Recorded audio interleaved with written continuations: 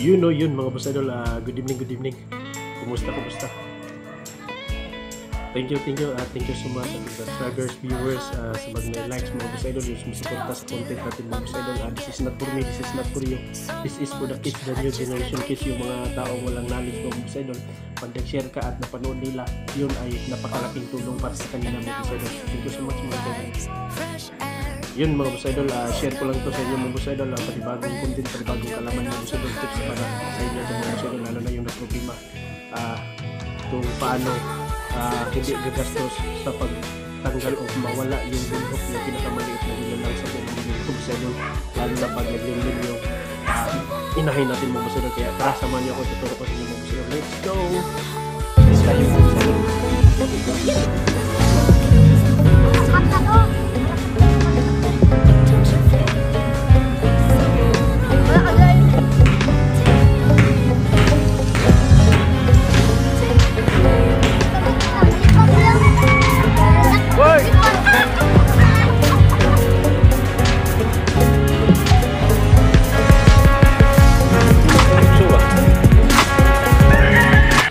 Yun mga boss idol, good evening. Ito pala yun mga boss idol, kilala sa mga nakakilala nito.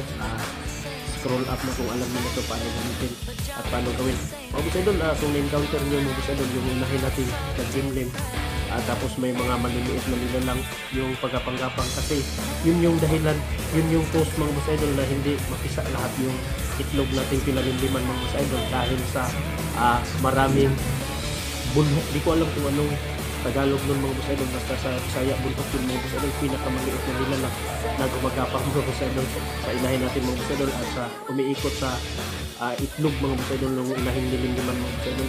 Lumalabas at tumitira sila doon mga boss idol, kasi yung itlog, lalo na pag may maamoy sila, mabango sa kanila yung, kaya doon titira sila mga boss idol. At kawawa yung inahin natin mga boss idol, magiging stress siya mga boss idol pag andun yung bunhok mga boss idol. Madali naman tanggalin mga boss idol pag may budget ka, andun sa Pacifica may mabibili na parang pulbo siya mga boss idol. Yun ay ibuhos mo lang siya mga boss idol, parang pulbo siya mga boss idol, pulbos. Tag 180 mga boss idol. Kung gustong ayaw mo bumili o kung hindi ka nakabili kasi walang available, kasi noon mga boss idol 1, 2, 3 tanggal, wala na, okay na, finish screen na yung mga boss idol, pero wala na yung 1, 2, 3. Bumalik yung, hindi ko alam kung anong pangalan nun para sa mga insecticide din mga boss idol. Pero ngayon mga boss idol, pinakambisa na walang gasto mga boss idol ito. Alam niyo ito mga boss idol, sa Tagalog nito mga boss idol, oregano. Sa Bisaya, kulabo. Dito sa amin mga boss idol, sa Bisaya, Cebu, kulabo ito mga boss idol. Pag gumamit ka nito mga boss idol, ay lagay mo lang ito sa itlog, sa gilid ng mga itlog mga boss idol. Tapos yung iba, kasi damihan mo na mga boss idol para effective.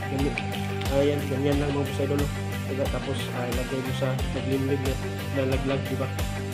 Lagay mo lang sa super mabango, super may amoy talaga mga boss idol, at ayaw nito ng bunhok mga boss idol, yung pinakamaliit na nilalang na nagdudulot ng stress, nagdudulot ng ayaw, hindi mapisa lahat yung itlog na pinalimliman natin mga boss idol. Sayang yung panahon, sayang yung oras, sayang yung budget natin mga boss idol. Kaya yun, gumamit na kayo nito.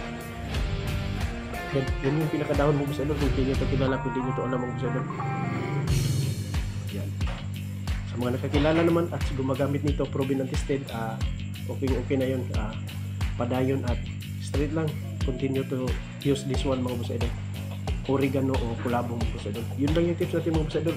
Abangan nyo mga boss idol, marami akong content, marami akong videos i-share para sa inyo mga boss idol, para matutunan at mapakinabangan nyo mga boss idol. Hindi ko pagdaramot kung ano mang nahands-on ko, kasi marami akong mga marami na sana akong content, videos na i-share mga boss idol, kaya lang na-iris na yung isang content o videos channel natin mga boss idol sa YouTube channel. Ito bago ito ngayon, kaya lahat magaling natin para makashare tayo.